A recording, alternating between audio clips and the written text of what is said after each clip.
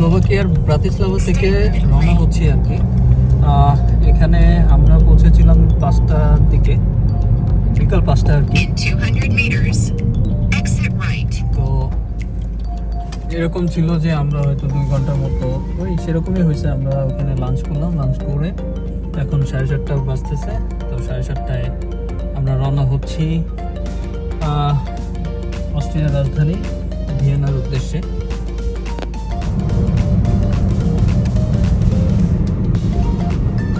এই নদীটার নাম কি?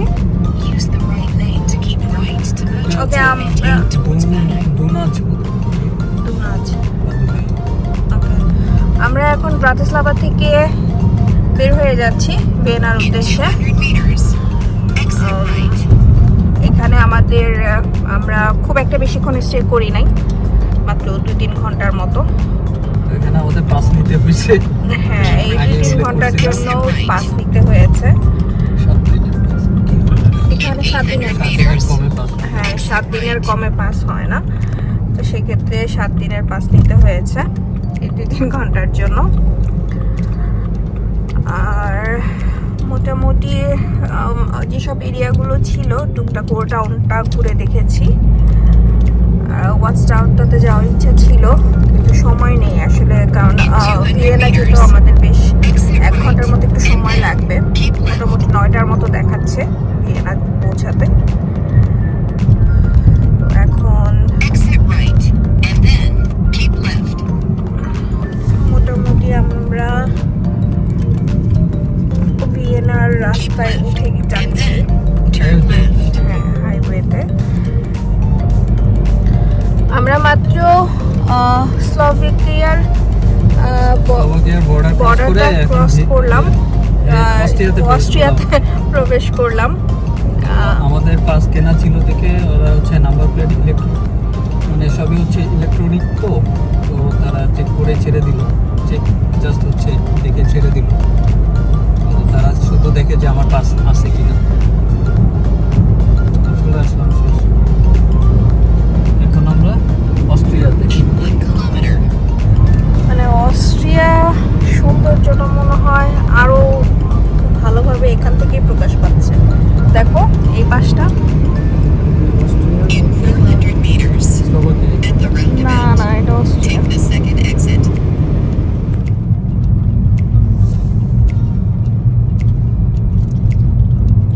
Turn right onto Prinz Eugen Straße.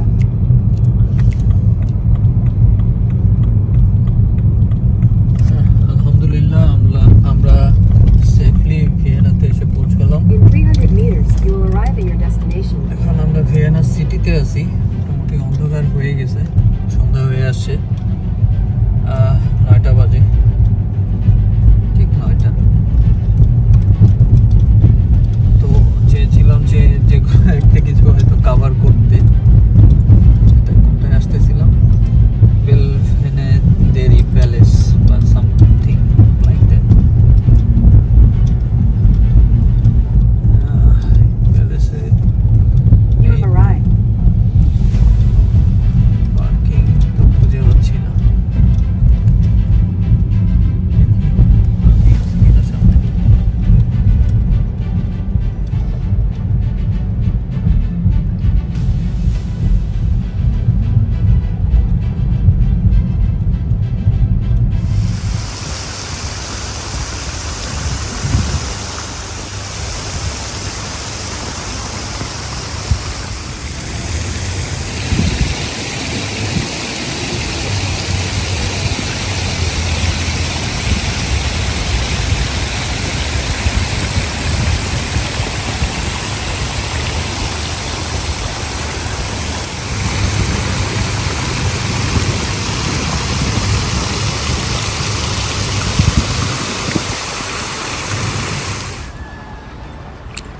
আমরা কালকে এখানে আসবো আবার, কিন্তু যেহেতু হোটেলে গিয়ে আসলে তেমন কোনো কাজ নেই, তো ভাবলাম যে এই সাইডটি একটু দেখে যাই। আসলে রাতের বেলায় যে ভিউটা সেটা দিনের বেলা আমরা পাবো না।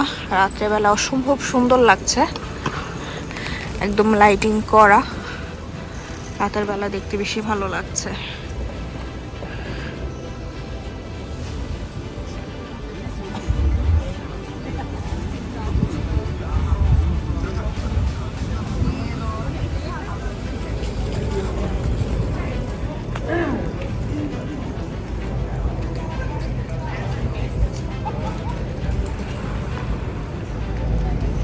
আমরা এখন আসছি হচ্ছে স্কোলস স্পোন ব্রুন। মেবি উচ্চারণটা এরকমই হবে। উচ্চারণ তো তো আমাদের এখানে টিকিট নিতে হচ্ছে না, টিকিট পারচেস করতে হচ্ছে যদি আমরা প্যালেসের ভেতরে ঢুকি বা রুমগুলো যদি আমরা ভিজিট করতে চাই সেক্ষেত্রে। তো যেহেতু আমাদের এরকম তেমন ইচ্ছা নেই যে আমরা হয়তো বা রুমের ভিতর রুমগুলো দেখবো বা প্যালেসের ভিতরে ঢোকার কোনো ইচ্ছা নেই, তো এর জন্য আপাতত আমরা এখনও টিকিট কিনিনি। আর এখানে টিকিট প্রাইসটা হচ্ছে যদি পুরো প্যালেসটা ঘুরতে চান সেক্ষেত্রে প্রাইস পড়বে মোটামুটি 30 থেকে 40 ইউরো, মানে 37 ইউরোর মতো দেখলাম। আর হচ্ছে যদি ফিউ অফ প্যালেসগুলো যদি ঘুরে দেখতে চান তাহলে সেক্ষেত্রে আমি সব থেকে লোয়েস্ট যে টিকিট প্রাইসটা দেখলাম সেটা হচ্ছে 22 ইউরোর মতো। তো সেক্ষেত্রে আমরা আগে আউটসাইডটা দেখি, যদি মনে হয় যে না ইনসাইডে যাব তাহলে আমরা টিকিট বাই করে চলে যাব। স্কলার্স থিয়েটারটা, এটা হচ্ছে প্যালেসের থিয়েটার।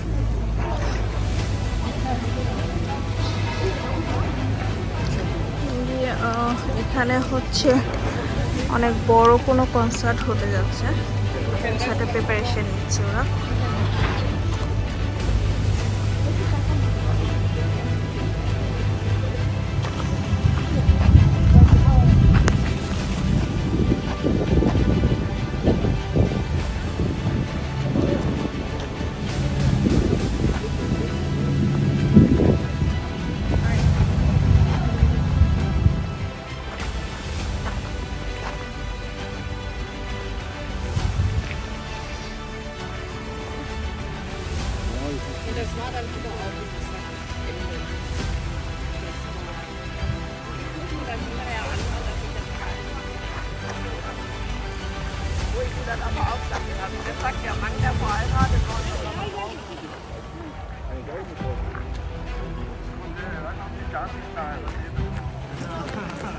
আমরা একদম ওই গেটের কাছে গিয়েছিলাম, পাহাড়ের একদম চূড়ায়।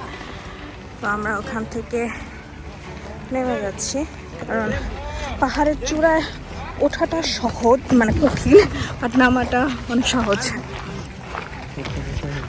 হ্যাঁ, নামাটা অনেক সহজ, ওঠাটা কষ্ট।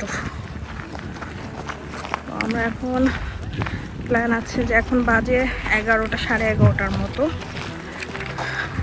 সকালে ব্রেকফাস্টও আমাদের করা হয়নি, তো ভেবেছি ব্রেকফাস্ট বা লাঞ্চ একসাথে ব্রাঞ্চ করে দেন হচ্ছে এখানে আসার পর প্ল্যান হলো যে আমাদের ফার্স্টে প্ল্যান ছিল না যে আমরা হল স্ট্রিট যাব, বাট এখন ইচ্ছে করছে আর কি, কারণ সব তো প্যালেসগুলো মোটামুটি এগুলো দেখা হয়েছে, প্লাস কালকের দিনটাও আমাদের থাকবে। কালকে আমরা বের হতে 12টা 1টার দিকে বের হবো, তো সেক্ষেত্রে দিনের বেলাও আমরা করতে পারবো, সকালের দিকে উঠে দেন আর সব যে এরিয়াগুলো আছে ওগুলো দেখতে পারবো, কারণ কালকে রাতেও আমরা বেশ কিছু এরিয়া ঘুরেছি। তো এখন হচ্ছে যে আমরা কিছু খাওয়া দাওয়া করে হস্টেটের জন্য ইনশাল্লাহ রওনা হব। হস্টেট যেতে মোটামুটি আপনাদের সময় লাগে হচ্ছে, আমার এখান থেকে ম্যাপে দেখাচ্ছে 4 ঘন্টার মতো। ওখানে গিয়েও যদি 2 ঘন্টার মতো একটা সময় নেই তাহলে হচ্ছে আমাদের সারাদিনে টোটাল 10 ঘন্টার মতো একটা সময় যাচ্ছে। তো আমরা দেখি যাই। হস্টেলটা মোটামুটি আমাকে অনেকেই সাজেস্ট করেছে যে হস্টেলে যাই, ঘুরে আসি। যেহেতু আমাদের প্ল্যান আছে হচ্ছে আমরা যাব সুইজারল্যান্ড, তো সুইজারল্যান্ড গেলে আসলে হস্টেলে আমি মনে হয় যেরকম ভিউ পাবো সুইজারল্যান্ডে সিমিলার কিছু ভিউ পাবো, মানে সুইজারল্যান্ডে সব থেকে সুন্দর। তো এই জন্য হস্টেলটায় আমি এবার যেতে চাইনি, আর যেহেতু এখন সময় আছে আমাদের হাতে, তো হস্টেল থেকে ঘুরে আসবো ইনশাল্লাহ। চলুন তাহলে আমাদের সাথে হস্টেল। আমরা ব্রাঞ্চ করার জন্য এসেছি, আমিস কিচেনে।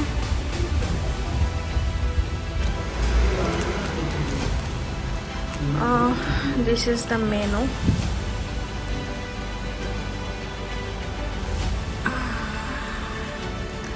আমি তো ওনাকে আস্ক করেছিলাম যে হালাল ফুড কিনা, কারণ আমরা যদিও দেখে আসি, রিভিউ দেখে আসি হালাল ফুডের, বাট তারপরও আমি পার্সোনালি আরেকবার ওদের কাছে আস্ক করে নিই যে হালাল কিনা। সে খুবই মানে কনফিডেন্টলি খুব ভালোভাবে সে বলতেছিল যে হ্যাঁ হ্যাঁ এটা হালাল, তুমি খাও। জাস্ট স্পিচলেস, এত সুন্দর একটা অ্যারোমা তৈরি হয়েছে, এত সুন্দর স্মেল। ও মাশাআল্লাহ মাশাআল্লাহ। আই গেস এইটারই এত বেশি স্মেল পাচ্ছি আমি। খুব মজা, ভালো লাগছে। আমি একটু টেস্ট করে দেখি। এটা কি ছিল যে তন্দুরি চিকেন বোল? খুব মজা, খুব মজা। তো চিকেন কোরমা বেশ মজা।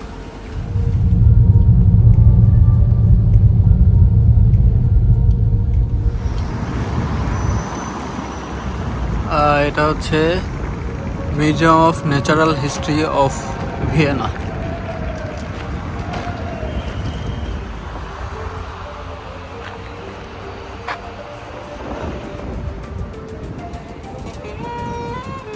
Consistorisch.